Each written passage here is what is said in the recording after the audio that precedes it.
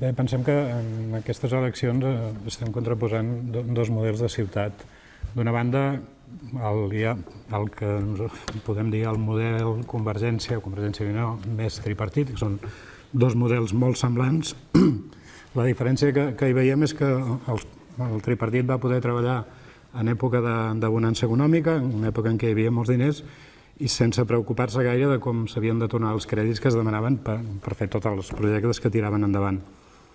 A la Convergència, que són els hereus, els que han anat al darrere, el que han hagut de fer és gestionar la misèria que va quedar després d'això.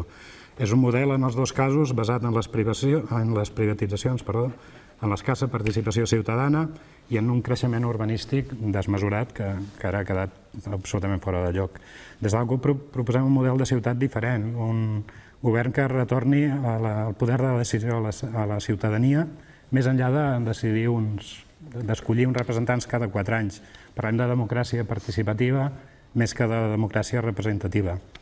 Volem una ciutat que blindi els drets socials i que treballi per erradicar la pobresa en tots els seus àmbits, i tots vol dir tots, i que sigui capaç de posar en valor el territori que ens envolta, encara que no estigui asfaltat. Volem que es vegi que el territori no asfaltat, no urbanitzat, també té un valor i que l'hem de conservar.